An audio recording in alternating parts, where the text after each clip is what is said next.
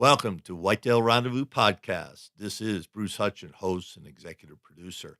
Each week, you will hear tips, techniques, strategies, and personal stories from some of the best and funniest whitetail hunters in North America. Hope you enjoyed today's episode. If you do, tell a friend on social media.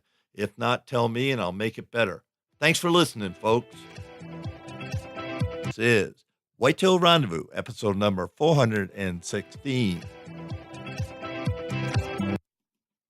It's a pleasure to have Tom Addleman on the show today, and he's the founder of DirtNap Gear. And he has a passion for the outdoors. He has a passion for bow hunting, and he's been able to hunt throughout the world.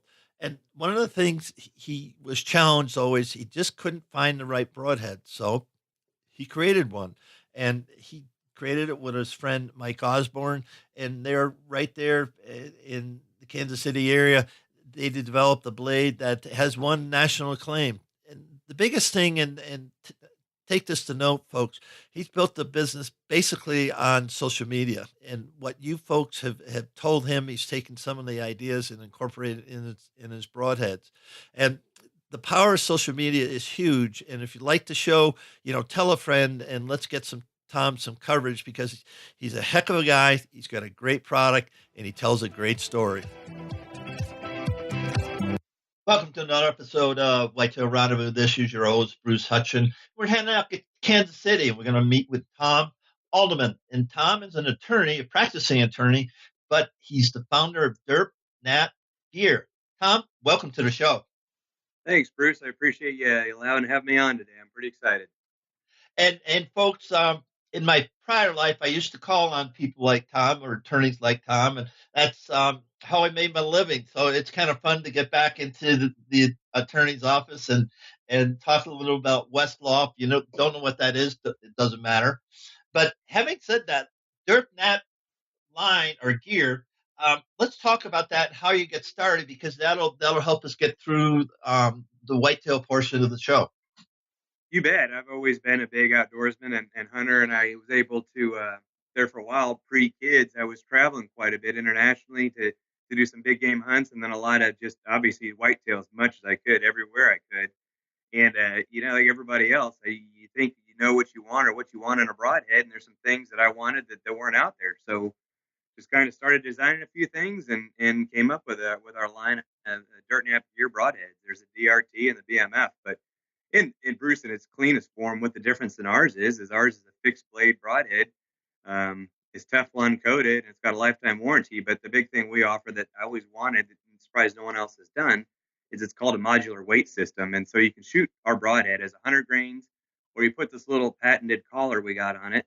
You screw that on the back and it makes it a 125. So your guy can, whether he's hunting whitetail or elk, or he wants to mess with his front and center, it gives them some versatility there. So that's one of the real cool things we got going with that. Sounds like you got a broadhead that's very adaptable. And when you think about hunting whitetail, I know you hunt in Missouri and Kansas, and big body deer in both those places. What weight blade do you think works best? I know what I shoot, but I want to know what you think. Well, I tell you, I'm a mix of old school and new school. I shoot 125 out of most all my stuff just because I like a little more front and center for a little bit longer shot. And I just like the way, they always talk about it flying like a dart versus a pencil. And I like to have a little more front and center. I think it makes it a little more forgiving. And I just, frankly, I like the kinetic energy too. Not that I would take a questionable shot, but especially if you needed to on a follow-up or something, being able to really thump through and penetrate well is what really our broadhead's all about, and that's what I like. So I'm a 125 guy. Get to the point, Bruce. I used to, when I was shooting a compound, I don't anymore because of new parts of my body. So I shoot a crossbow and I shoot 100 grains right now. But I used to shoot Rocky Mountain Supremes, and they were 125, three-bladed, and they had a lot of kinetic energy. Let's spend just a couple of seconds on kinetic energy and what it really means, because we got some mass, and we got some speed, and we got some weight. So what does all that mean, and why is that important to all us hunters?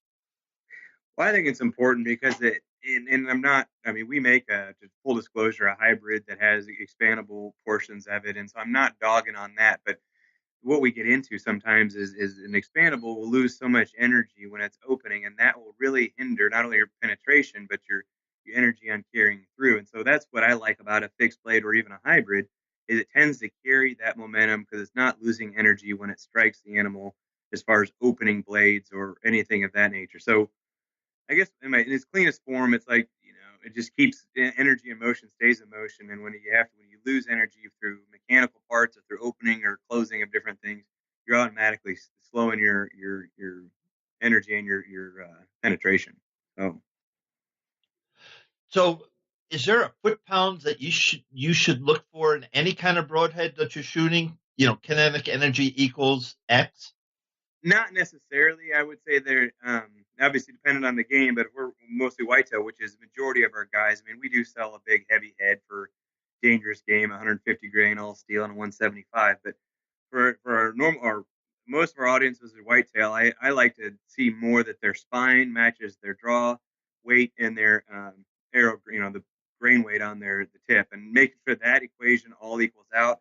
And I think unfortunately that's become something that's kind of getting lost a little bit on some of the, and I'm not dogging our younger guys, but they may not understand what a 300 spine is or 500 spine is or 340 and how that relates to and the weight on the end and how that can change the whole dynamic of your arrow flight. And so to get round back to it, I think it's important that all those things match up and you get a true straight arrow and the way that it's going to fly leaving the bow. So if a guy wants to shoot 125 grains out front, he needs to understand that that's going to be like a heavy weight on a stick that's out there. It's going to get more wobble in it. Where if you shoot 100 grains on the same arrow, it's going to be more stiff, and so you're not going to have near as much give in it, and that's going to change the characteristics of the flight and the way your arrows respond. So at the end of the day, I do think it's great to have a lot of good kinetic energy and have a lot of weight and momentum and all that going for you. But I'm more in making sure that the whole package works together in the way it's supposed to. Now, when you go to a pro shop, don't they help you, figure out the spine and figure out the weight and the grams and everything so you They can? they should. That's the problem. I think I think a lot of it anymore is your mom and dad, your mom and pop pro shop are kind of going at it. Unfortunately, with the way this transition economy is, that they're just few and far between, and we see it every day because we still deal with a lot of dealers, and we're increasing our distribution network every day. But it's amazing how many of them, unfortunately, in the last I would say 18 to 24 months, have really started to close shop doors. So they should. I mean, I still advise that's the best of all is to go and get professional assistance with it. But if you can't, 20 minutes on YouTube or on the internet figuring out how to at least what should go with what, or frankly, we pride ourselves on. If a guy calls in and says, "I'm pulling 55 pounds with a 28-inch arrow," what do you recommend for a spine on that, and what weight broadhead would you stick on the front? We're more than happy to help a guy with that type of stuff. And somebody wants to get a hold of you, how would they do that? Because this is a good conversation. A lot of people don't pay any attention to. So how would somebody get a hold of you or your shop? You bet. We're best. The email is easy. It's info@dirtnapgear.com. So the company is DirtNap Gear, and obviously the web address is all together, dirtnapgear.com. And then we've got 855-859-3478, which is easy enough, 855-859-DIRT, DIRT. So you can't miss that. But yeah, we'd be more than happy to talk with anybody about how to help them get things set up. And we've even done a few informational pieces on our Facebook page and Instagram about the basics of paper tuning. I mean, some of these things, some of these terms get thrown around the industry like they're something magical. I mean, we just went into Walmart and bought an $8 clothes rack and a $3 wax paper and hung them up and explained to people how to paper tune because it's the basics. That's the only thing that's really, as much as our sport is growing or the pursuit of hunting is growing and archery and bow hunting and deer hunting in general, some of that information, some of the basic stuff is kind of getting looked over and forgotten about. Because right, a guy will walk into an archery store or maybe just mess around on Amazon and like, wow, I like the looks of those. Those look cool. And then I like these arrows over here. And he may not be getting the instruction that he needs to make sure the whole system works together. And I can remember I'm not going to date myself, but paper tuning, that's where we started. Yeah, That's really where we started. yeah. You If know, your arrow's leaving your bow and going all wonky, I mean, it's just like I don't know, like when a car is going fast in a straight line versus when it's going all over the road. I mean, you can't expect an arrow that's spaghetti flaving through the air to do what you want it to do or to hit no matter what broadhead's in the end of it. Whether you got the latest greatest expandable or my great fixed blade or a field point. I mean, if your fundamentals aren't there, it's never going to work right. Yeah. So, folks, on this part of the show, just get your setup right. What does that mean? We'll give DirtNap Gear, a call. Get on the YouTube, get on their social media, and check it out because you'll be surprised. And you might be shooting 300, 380 feet per second, but you can get a better setup if you just spend a little time. We're not talking about all day event. It Yeah, doesn't and it's take not. all day. I think as a younger guy, I used to think, oh man, I'm not going to tune all that stuff. I don't want to. And it's not that hard. It's just a couple little bit of movement here or there on maybe your rest is a little off center, and so your arrow's not leaving the bow straight. I mean, this stuff isn't rocket science, and I think it's been cool and profitable to say it is for a long time. That it's really not that hard. So, So thanks for that. And you let's bet. let's stay right there. And one thing you said that one of your passions in whitetail hunting is kids.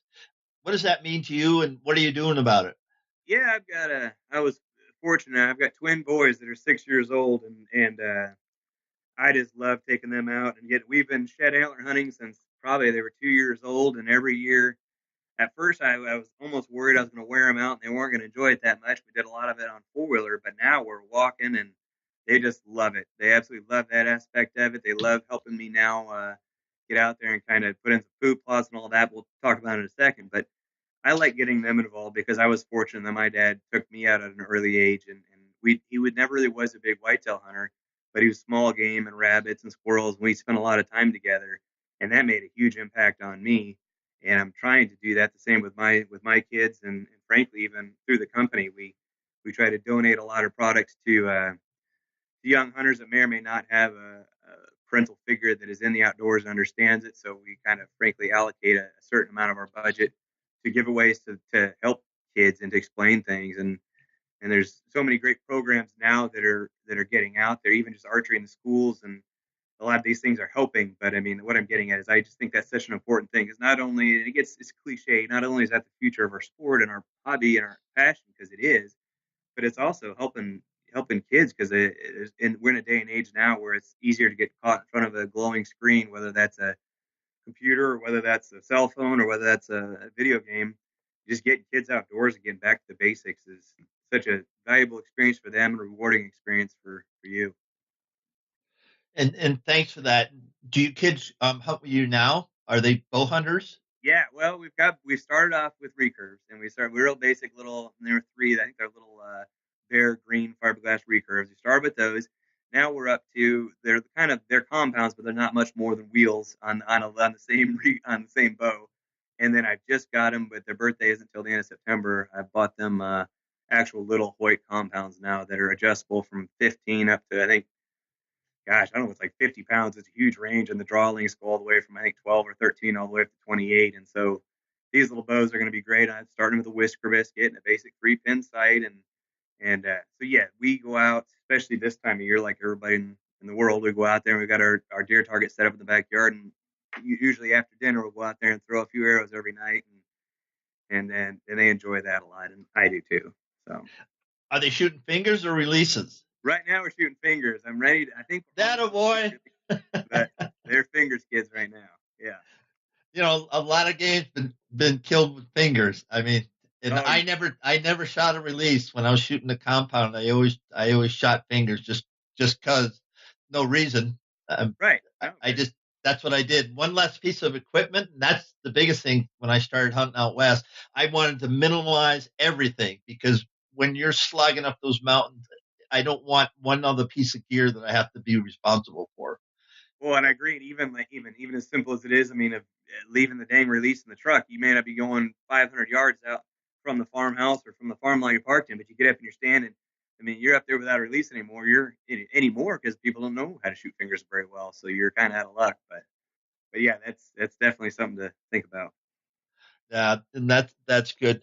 See, land management it's something front and center with you. Let's talk about what you're managing right now, why you think land management is important, and we'll go from there. Well, I would say it is, and I know it's a limited, especially because it requires private land. So I mean, I was lucky enough and fortunate enough that my I had a family farm in our family for almost 100 years now. So I grew up on that farm and being able to go back and forth. And like I said, with my dad, and he really got into planting trees and beginning food plots and all that stuff when I was younger. And so that's been able to not only did I have a certain connection with the land because man, he's passed on now, and I've got memories of working with him on the farm, but also now I'm able to take my kids there and do the same things with them.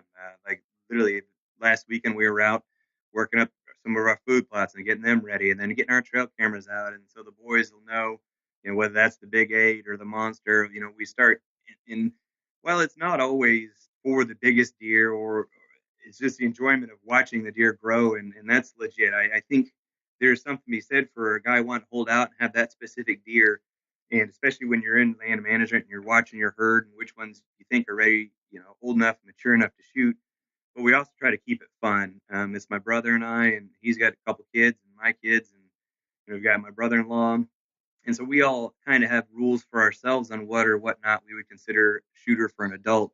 But the kids get there, it's all rules are off. And if a kid wants to shoot a spiker or a doe or a basket rack 6 point, it is what it is, and that's just the way it is. And we do that to make sure we keep it fun and exciting, because even for us, after a while, it can suck the fun out of it if you're not careful about how you do it. And so we try to balance our goals with also just having a hell of a good time and remembering that deer hunt's supposed to be fun and a family or fellowship activity with brothers or buddies or whatever. And so trying to balance those two and keep that in the forefront is what we're always striving for.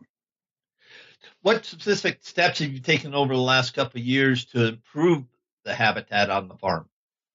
We've really started. I especially am getting into the way food plot design, and we it used to be, oh well, we've got that's the straightest best tree we got around, so we'll just kind of figure out what we can do from there. Now I go in and I'm actually trying to architect a little bit how we do it and for our prevailing winds and what we're going to clear, what areas, and then access is our other big thing. That used to be we didn't even think a thing about it, and we just go in there and trump in. That's where you always go to that stand, and that's the way we've always done it, and that's the way you do it. And once we started really paying attention, that man, that may not be the best way to go about that with a west wind, or if you got a south wind, don't be walking in that way. That had dramatic impact on our success of not only killing big deer, but starting to see big deer. Before we, like I said, it's just little things like that I never thought about and the impact they would have. So the way we design our food plots in relation to how we want to hunt them, if they're going to be a kill plot or if it's just going to be a destination food plot, and then the access in and out have been two things that have really changed our hunting a lot.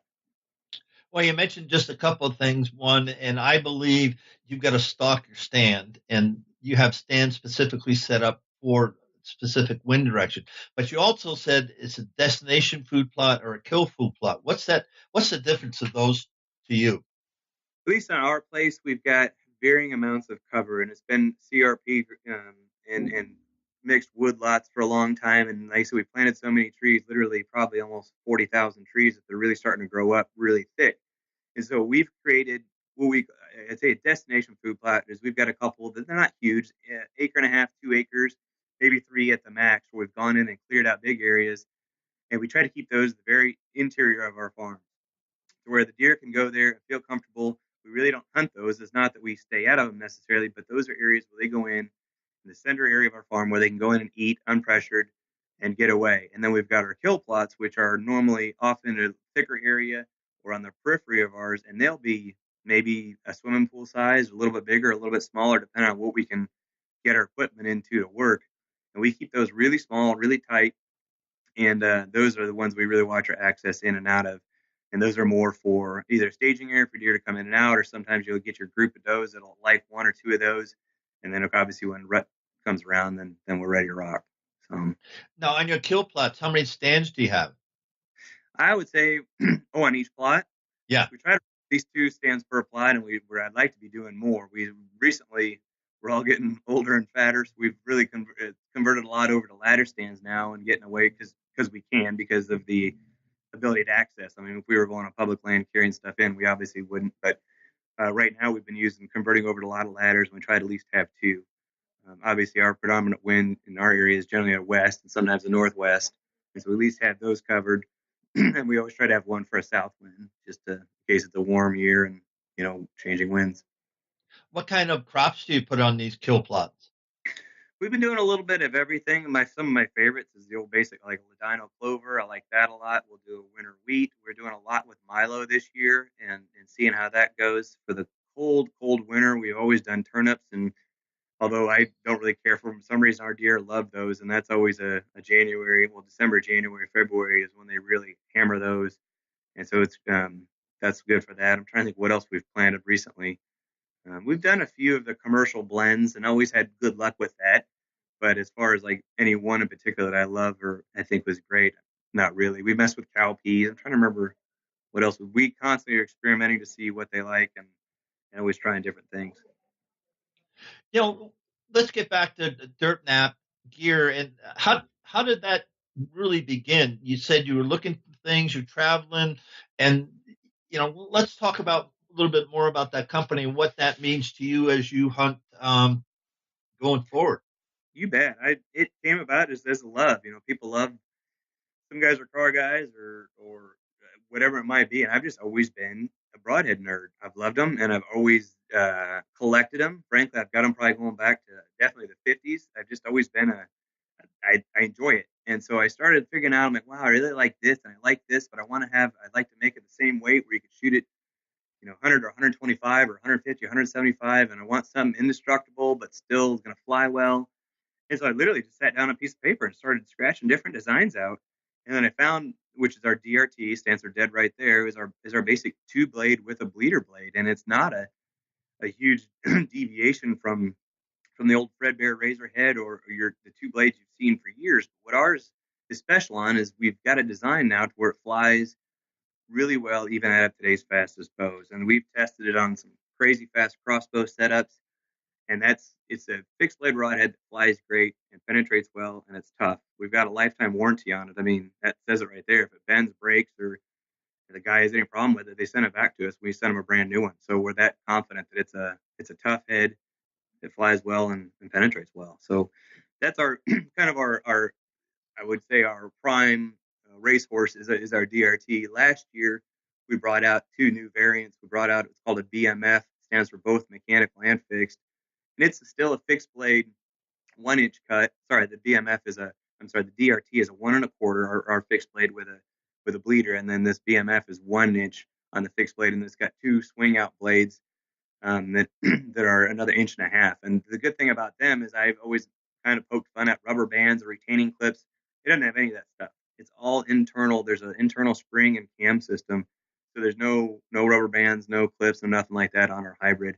And then we've also got one more. It's called our shred head, and it's our turkey and small game head, and it looks nasty. The only way I kind of describes it, it almost looks like a fork you'd put on the end of your bow, and it disables turkeys and small game real quick because it transfers all that energy from your 65-pound bow and just smacks them. So those are the three offerings we have right now. And to get back to your main question is I just found something that they didn't make that I wanted, and to even differentiate it further, we Teflon coat all of our stuff. So your old traditional just black or metal colored broadhead. I mean, we've got them in orange, red, pink, bright green. We've got them in black, and we anodize the ferrules a different color, and then we Teflon coat the blades in whatever color it may be, and it really kind of adds a cool factor and sets us apart that a lot of guys really like. Let's spend a little time and the warm up. We talked about social media and how that's changed the game as far as you placing an ad in Bone Hunter and get some sales off that. And those days are kind of gone. They're still viable. There's still great magazines out there and great advertising, uh, but it seems social media has really let a lot of guys spend with a small budget really reach the audience. What are your thoughts on that? Bruce, social media has built our company without a doubt. We have been able to take what is, and I mean, if a lot of people we're still a new company and we're only starting our fourth year, but social media has just been amazing. We came out of the woodwork immediately, and 2015, we got the Bowhunting World Reader's Choice for Best New Product, and then 2016, we got Best Fixed Blade Broadhead and Best New Product again. And I'm sitting there talking about a magazine awarding us for that, but we'd never run an ad with them. I mean, we were purely so. What I'm getting at is we started on Facebook and Instagram and Twitter, and we started getting a few guys out there that like it and they talk about it, and then they talk to everybody about it. And social media has grown it to the point where we're not a big presence. We have 40, probably 45,000 followers on Facebook and maybe 15 to 16,000 on Instagram. But that has allowed us to reach our end consumer and make sure they have a great experience and they can tell their friends so much quicker than it was in the old days of a quarter page or a half page or an eighth page magazine ad in the back of one of the main publications. I mean, it's just our information travels to our guy or gal so much faster now, and they're able to share their success story or communicate with us, and we give them feedback immediately, and that has just changed the game and the way we market. So Yeah, that go ahead. I think it's still going to keep going. I don't think we're at the end of it by any means, and I think the way this outdoor industry is business is changing, and the way that marketing. I mean, it's all changing, of course, but it's just it's an exciting time to be where we are getting started with a company like this because it's, like I said, the access to your consumer and making sure they're happy with your product and their feedback is immediate. And we've made design changes based off of it and suggestions and that's what's so cool about it. You know, you get a guy or a girl calling and say, "Hey, man, I really like this," or "What do you think of? What do you think of changing this?" Or when your next one, this turkey head, what do you think if we made it like this? And we take that stuff, man. We take that information and we make it what people want, and not to get overly hokey about it, but that's the coolest part of this whole thing, man. With social media, instead of just not only wondering, "Oh man, I just spent $3,500 on a quarter page ad in the back of one of the big bow magazines. I don't know if that's going to work or not." We come out with something, and I mean, people immediately will be able to tell the impact. Ooh, this thing's going on fire. I mean, like we had one post 3 weeks ago, Bruce, that was one of our buddies that put a one of our DRT broadheads into a drill press and just started drilling through wood with it, just as a torture test. And that thing went, I don't know, 50,000 people have watched that stinking video now, and it's cool because I mean, it's a drill press.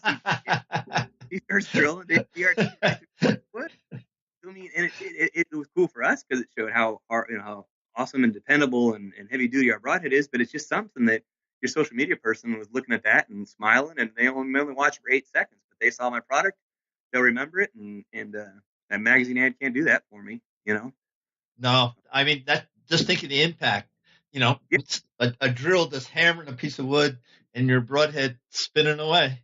yeah, it's bizarre. I mean, but that's the type of stuff that social media is doing for you. So it's just, I mean, I get hokey about it, but it's a great time to be alive because it's the information age and the industrial age and get all nerdy about all that. But we're really at a transition right now where a lot of that's changing. And then as we talked earlier, the negative of that is, unfortunately, a lot of your local archery shops are because guys are buying on Amazon or eBay or direct from consumer anymore. I mean, direct from their producer anymore. So it is tougher to keep those mom and pop shops open. So I do think that's going to be a gap where someone's going to have to get in there and help continue to teach people, and about the basics that we're talking about of paper tuning and getting your bow set up correctly. But the other end of that is that the information travels so quickly that that can be done now. But we're kind of in a little gap right now, I think.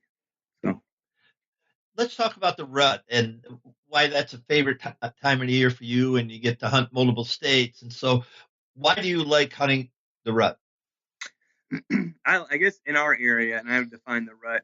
I guess it would probably be late pre-rut rut. I love personally that. No, probably I got little kids, so I can't do the Halloween hunt. But November 1st through about the 8th, I'm just gone, and that's the office is closed, and we still have one person at DirtNap still sending out orders because we still get some late orders then. But during that time frame, I just love it because you're in that seeking phase, and there's not any lockdown yet, at least in the Kansas City area, and even over into Kansas where I hunt. That's just we kill a lot of big deer then. So I like it because you're finally getting those big guys up on their feet, looking around, and that's the advantage. I know we talked before we came on here of me being able you hunting the same property for a number of years, the same area, and me literally hunting the farm I basically grew up on. Is it always changes because we have the food plot may change or the maybe some thicket will be hot, bigger this year than it was last year. But overall, you start to get them figured out, and you can almost just really impact it. And, it may not be that same deer, but normally big deer like this draw, or they've always liked this north end of this, brush area. And it's just because they feel safe there. So get the hell out of there and stay. But what I'm getting is I like that time of year because they're finally up and moving, and they're fairly not predictable, but at least on our places, you generally know where your hot spots are going to be. Yeah, and there's nothing like I love all day sits. Yeah, From Halloween. I always want to be sitting and stand someplace in Halloween in the next 4, 5, 6 days, just depending where I am. That's the best time of the year for me because you never know. You just never know what's going to walk by you. You might think you do from trail right. cameras and scouting and all the other stuff, but all of a sudden you go, "Oh my goodness, where did you come from?" That's the best thing because you're right. I mean, I still do run trail cameras. I even got one or two of the new cool cellular trail cameras. But boy, you start to get all that almost took some of the fun out of it for a while. You think, oh man, I'm definitely gonna see the big eight. The big eight's gonna. I mean, he's been here. I'm gonna shoot the big eight. And you never see him in daylight. I mean, we'd go through years and years of this damn 2 or 3 deer that we'd never see in person and have boatloads of pictures of. So guys that say, oh, trail camera, you can't. That's no. There's not. I mean, that is deer are smart and it is amazing. But yeah, it is. They're a fun tool to use, but it is cool to see what just comes out of the woodwork when that rut starts rolling, and you may see a deer that you've never even seen before coming 3 or 4 miles from your neighbors overnight. So you And never they know. do that. And I'm just going to repeat that 3 or 4 miles overnight. Yeah. You never see the guy on the trail camera, and all of a sudden you got one shot at him. If you're in the right place at the right time, you're gonna have a shot at him. And Yep. after that, he'll disappear because he'll hook back to his To core his area, area. his home range. But Yep. it's just amazing. That's the kind of it's a crapshoot because it really, you know, all bets are off, and you just don't know what's going to show up. That's why I like it. Yeah. Absolutely. 100% agree with that. Let's wrap up the show with hunting mature bucks and overlooked cover. What does that mean to you? To me, that we started figuring that out. I would say I mean, my brother and I really kind of started focusing on that about 3 or 4 years ago, and we'd always try to figure out, where these big guys actually at bedding areas and you think you know where they are. And we started doing, and we got in a rut. I mean, literally, where we would hunt, like I talked about, oh man, that north side of that woodlot's always been good. We better go over there. And we started getting, I think the deer started patterning us. So 2 years ago, we finally just started leaving some of those ladders we had set up and we'd move either ground blinds. We started using those more or even put a ladder up and just try new stuff. And as soon as we did that, we uncovered that some of our biggest deer were hiding in some of the dumbest places you'd ever think. And I mean, in our farms, what I mean by that is they may be in a hedgerow next to a county road. I mean, they were 25. One of these bucks was apparently made his home 25 yards off of one of the main gravel roads in our property that was traveled frequently. It was thick enough that he could get in there a little brush pile and not be seen from the road, but he wasn't. It's someplace you'd never in the world would have ever thought about setting a stand. Just a waste of time. And that's what I mean by that. We found more in the last couple of years, more of our big deer in overlooked spots than ever. One of them on the backside of a pond dam, and it's not a super secret spot, or there's no real reason for it other than he feels safe there. And there's never human interaction. He doesn't smell people or he doesn't see people when he's there. And that was his. It still is. He's still alive, but his little secret spot. And it's not a big pond dam, but I guess my whole point in telling you all this was once we started keying in on some random spots, we started figuring out a little where our big bucks were a little bit more. So, because I think they had patterned us as much as we thought we had patterned them. So, And I would agree to that. And so many times, especially in Wisconsin where I hunt, we've been hunting the same farm for I've been on there for over 50 years. And the stands are similar. We always knew where we killed deer. We killed, X number off the pallet stand, the point stand. I mean, we got them yep, all named, and you kind of get in. And this year I'm changing it all up, how I'm approaching the same stands because the right, deer are there. But how I'm approaching that is going to be completely different. And by doing that, I think it'll change it up because they'll go, well, okay, he didn't come up this draw, and then I'll come up over the top and drop down on it or whatever. But I'm going yep, to change it up because I there's no question in my mind. They know exactly when I head into the stand, go across the fence, and then climb up to the stand. They and they go know out it. there. Yeah, Well, yep, yeah, and yep. that's the thing I think about is that within a quarter mile of any of our stands is a huge buck. We took a 180 last year. Garrett took Oof, during the archery season, but that buck's been living there for 6, 7 years, and he finally just made a mistake. Yep. But having said that, at everybody's farm, and listeners hear this, I don't care where you're at, you have a wall hanger, if that's important to you, less than a quarter mile from you. If you're Yes. hunting and you're seeing deer, less than a quarter mile from you, you have a deer that you go, oh my goodness, you would, but you'll never see him. Exactly. They truly become ninjas. They're so smart and so secretive and careful. Then it's unreal. Well, with that, Tom, thank you so much for spending part of your day and sharing about DirtNap Gear, and then sharing about your love for hunting. And it's just been a pleasure to have you on the show. And with that, any last thoughts?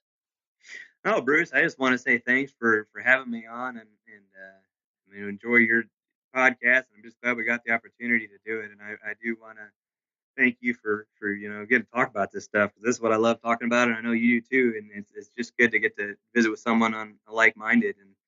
And like I said, without being too commercial or cheesy on it, if someone did want to check out our broadheads, that'd be awesome. It's dirtnapgear.com, or look us up on Facebook or Instagram, DirtNap Gear, and we'd love to visit with you too. So I appreciate your time today, Bruce. Thanks a lot. Thank you. Hey, folks, stay tuned for the next episode of Whitetail Rendezvous. We're going to visit with Chase Bauman. Now, Chase was one of the first 50 people on Whitetail Rendezvous. Now we're over 430 guests and episodes, and so I'm really looking forward to having Chase back on the show and talking about Bound for Blood. Now, Chase and his brother and his friends, they've been bound for Blood for a couple of years. They kind of took a hiatus, doing a lot more filming for other folk. Now they're going to bring that back. So I can't wait to find out and dig in and find out what Chase is going, because Chase hunts outside the box. He's going to talk about some radical techniques on the show. Stay tuned. It's going to be a good one, folks. Thanks for joining us. Be sure to tune in tomorrow for another episode of Whitetail Rendezvous, where you can listen and learn from the experts so you can be more successful on your next hunt. Until next time, listen, learn, and succeed.